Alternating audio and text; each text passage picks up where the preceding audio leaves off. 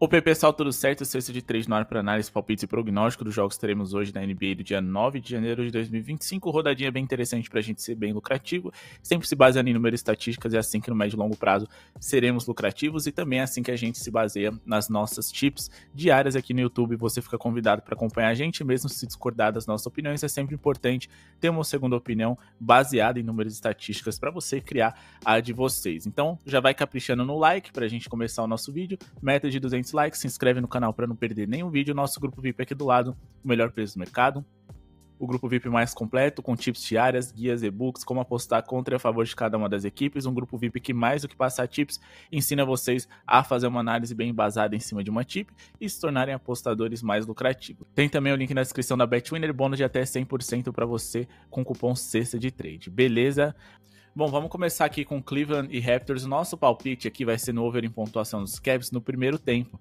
Só que, quando a gente estava dando uma olhada aqui, não abriram as linhas ainda. Bom, a gente espera mais de 60,5 pontos ali dos Cavs no primeiro tempo. Se aparecer essa linha ali, ou 58,5 acima de no ao vivo, me parece muito interessante. Com base na seguinte argumentação: primeiro, a gente está falando de uma linha aqui na pontuação do jogo total, está muito esticada para a gente conseguir uma odd minimamente interessante. Então, vamos fracionar desse Cavs que ontem venceu o Oklahoma City Thunder e se consolidou como o melhor time da NBA, mesmo com seu principal jogador pontuando mal para os seus padrões. A gente teve diversos jogadores ali pontuando na casa dos 2 dígitos. O Cavs é o melhor ataque da NBA, enfrenta hoje a 4ª pior defesa, e se a gente for fazer um recorte aqui por tempo, no primeiro tempo especificamente, é o melhor ataque em primeiro tempo da liga, é a melhor eficiência em bolas de 3 da NBA em primeiro tempo também, enfrentando uma das 10 piores defesas de primeiro tempo.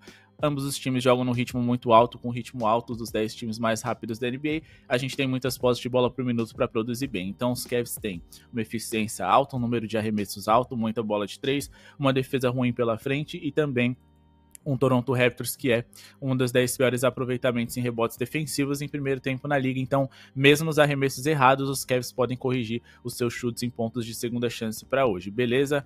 Todo mundo confiante, pontuando na casa dos 2 dígitos do jogo de ontem, como eu disse para vocês. Jogam em casa, um dos melhores mandantes da NBA, um time que venceu 32 jogos de 36 até aqui.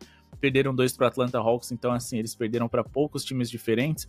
É um time que deve sair vencedor. Essa odd aqui não vale o risco, mas é um time que, acima de tudo, deve produzir bem. É um dos melhores ataques da NBA dos últimos tempos, beleza? Vamos falar agora aqui a respeito de Pistons e Warriors. Aqui a gente planeja um over na pontuação, muito mais por conta de uma oportunidade que o mercado trouxe, uma linha que eu considero bem baixa. Vamos aqui acima de na pontuação totais, criar a aposta e a gente coloca aqui mais de 14,5 pontos para essa partida. Bom, por que a gente acredita nisso? O Detroit Pistons nos últimos 15 jogos tiveram uma média de mais de 230 pontos nas suas partidas, né? Marcando 115,2, sofrendo 115,7.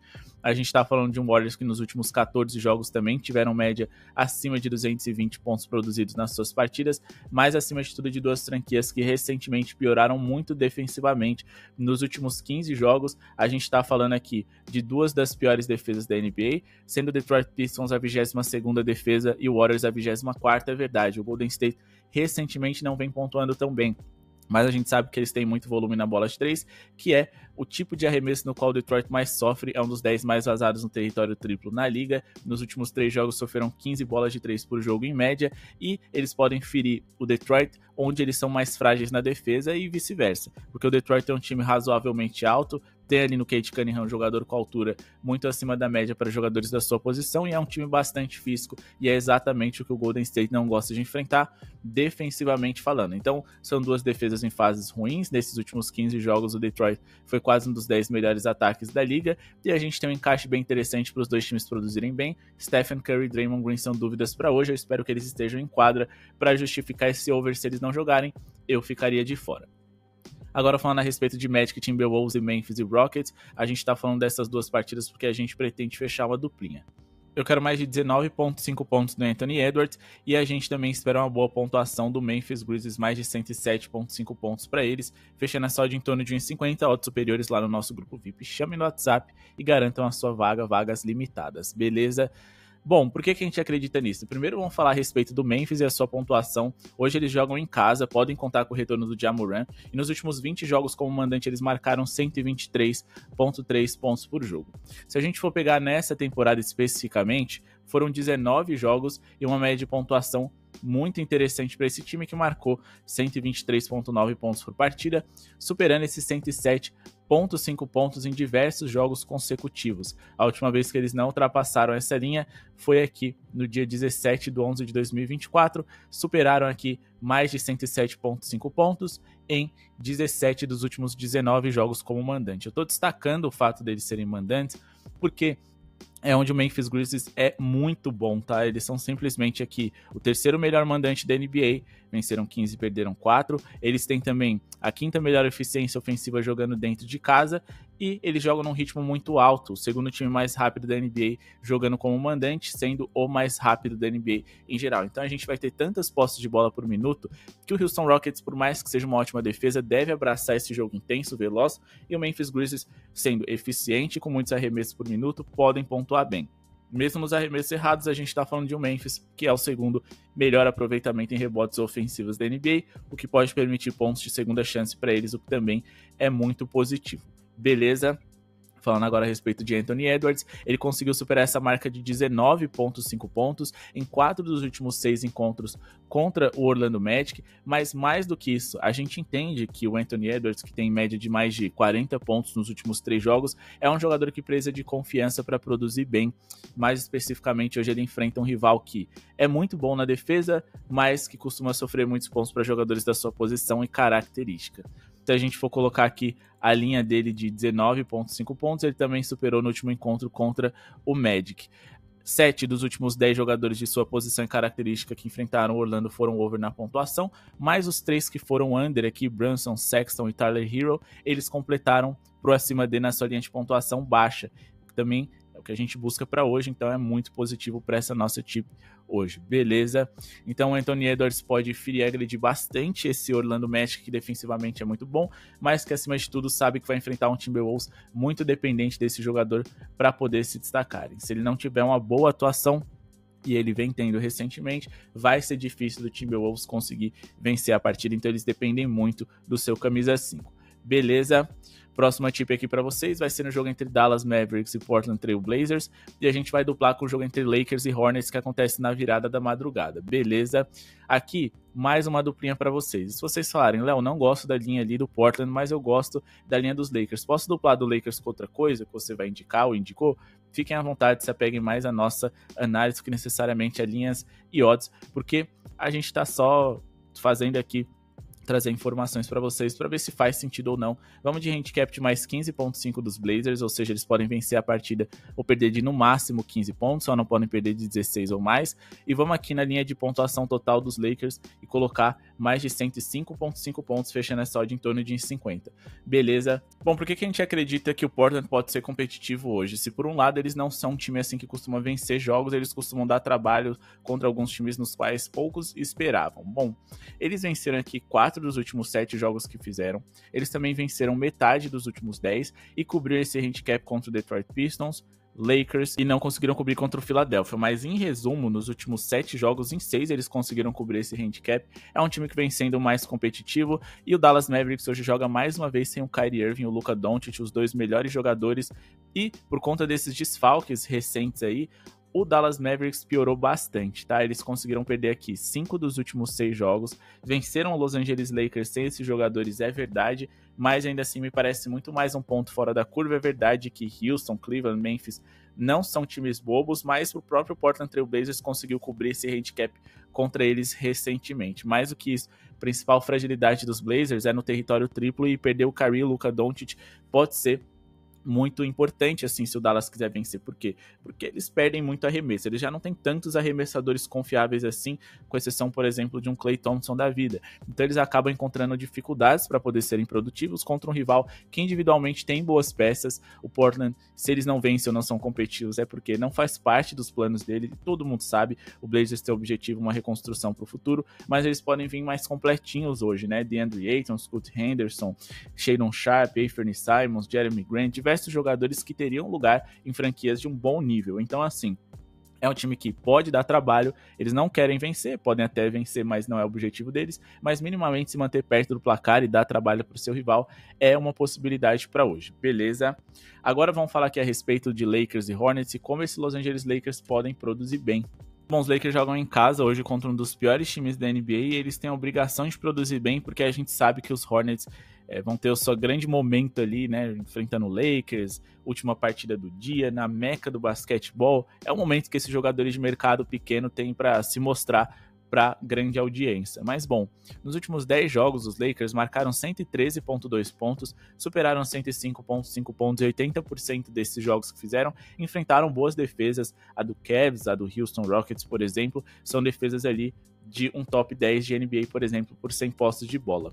Nos últimos 10 jogos contra os Hornets, eles marcaram 121,4 pontos, jogando apenas uma prorrogação, uma média absurda, e pelo menos 121 pontos nos últimos 4 encontros consecutivos. Então o Lakers tem um encaixe legal contra esse Hornets, que em relação à eficiência defensiva não é grande coisa, tá? Eles são quase um dos 10 piores setores defensivos da NBA. Se a gente for pegar aqui nos últimos 10 jogos, a gente tem um bom momento ofensivo vivido pelos Lakers, que foram um dos 10 melhores ataques da NBA.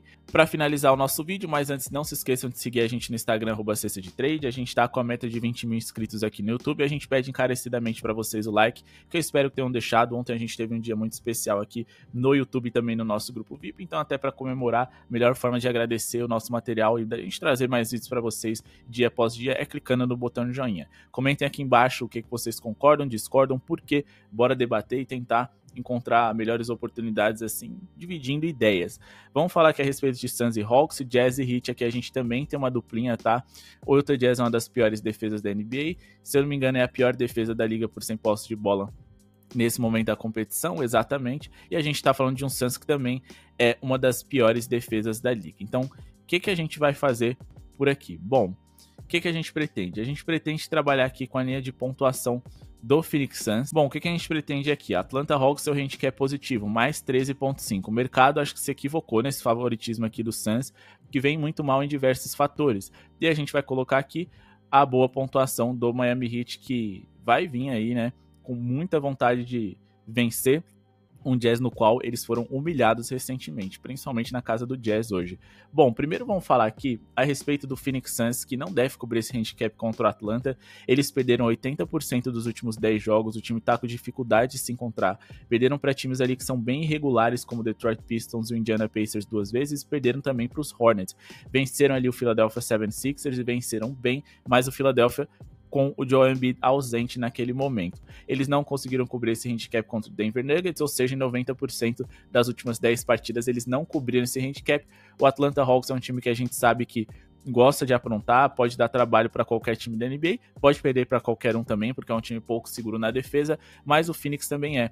A gente está falando de um Phoenix que é uma das 10 piores defesas da NBA e de um Atlanta Hawks que minimamente é um pouco superior a isso do que eles. A gente tem um Trae Young que também gosta desses jogos contra adversários de alto nível, e a defesa do Phoenix Suns é uma coisa que me preocupa e faz com que eu não acredito que eles vão se distanciar tanto assim no placar. A principal fragilidade dos Hawks é na defesa de perímetro, mas o Phoenix Suns é um time que gosta da média distância. Com Bradley Beal, Kevin Durant e também o Devin Booker, eles não têm grandes arremessadores de 3 em relação a volume.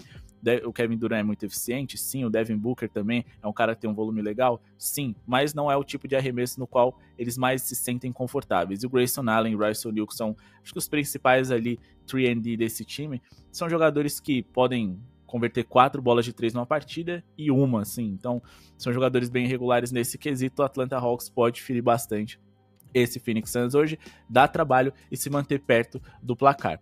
Por fim, nós temos ali o Jazz, que, como eu disse, é a pior defesa da NBA. Nessa temporada, o Miami Heat vem fazendo jogos interessantes, ofensivamente falando. Volta e meia eles estão ali no top 10. Hoje eles estão na metade de cima da tabela. O Jazz é quase um dos 10 times mais rápidos da NBA, então eles saem muitas posses de bola por minuto.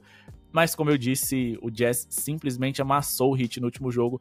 Pode ter certeza que eles não vão deixar barato e hoje vão vir com tudo para produzirem em alto nível.